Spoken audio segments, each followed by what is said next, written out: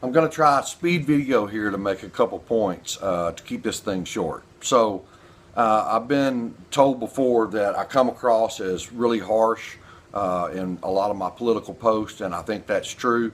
I'm a pretty direct guy. I'm pretty straightforward. And I just don't mince words a whole lot, especially when I'm talking about politics. But I want to explain, for me personally, and I think I'm speaking for a lot of conservatives when I say that there's a reason for some of that strong stuff.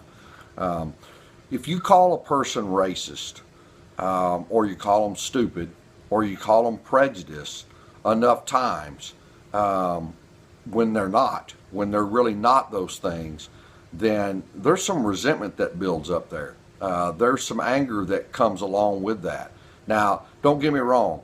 I've been called a racist a ton of times on my political post. I really don't take it all that personally.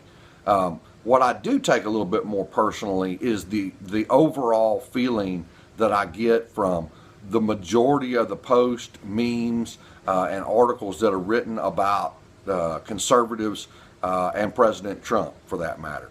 So, you know, far be it from me to decide who's racist and who's not racist. Really, all I can really know is what I am.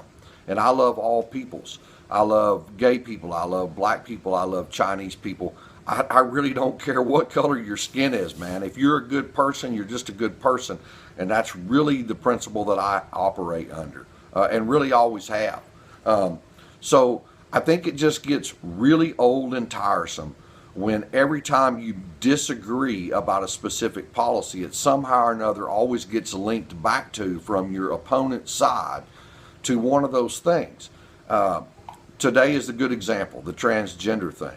There's a video floating out there that I posted about, that talked about, that came out, I mean, real quick, right after Trump's tweet banning transgender people from the military.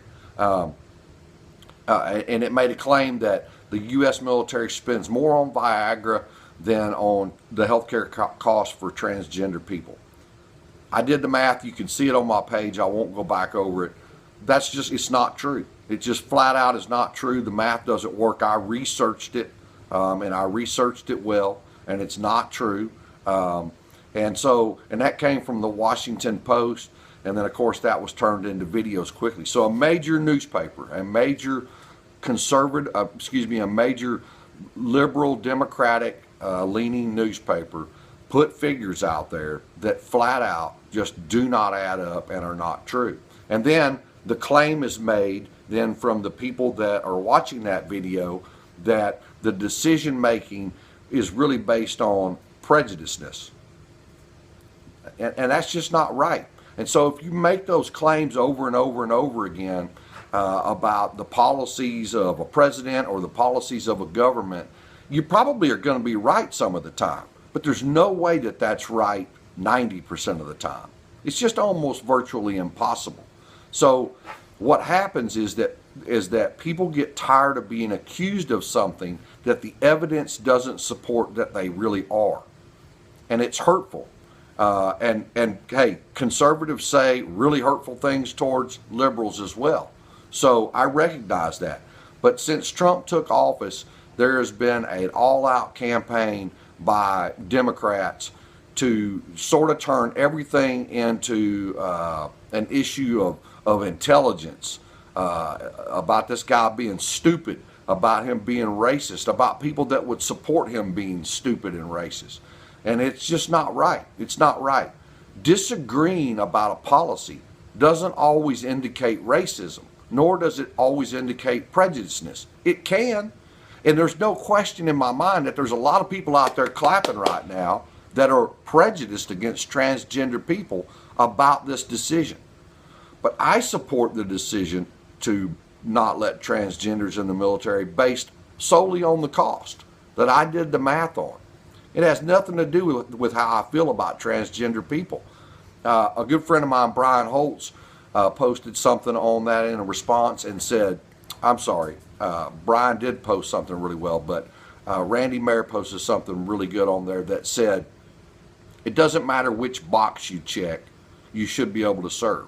I actually agree with that. I don't care if you're gay. And there's a lot of people out there that do.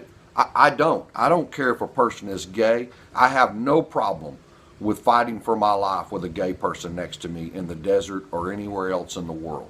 What I do have a problem with is if it costs more for that person to be in the military, and that starts to add up, then that's a potentially legitimate reason to rethink that particular group of people. No different than people that have flat feet. No different than people that have high blood pressure, where the military doesn't want to cover the cost of those medications and that health care expense. So I'm not going to sit here and tell you that I can for sure say that Trump doesn't have a hidden motive inside of him because he's against transgender people. What I can say is that making the decision to not let them in the military doesn't indicate that. There's no proof in that decision that that's based on prejudiceness. And that's what's happening in the world today. Everything's not about racism, and everything's not about being prejudiced, and everything's not about hate. And if you tell people that over and over and over again, what you're going to get is some grrr. So there it is.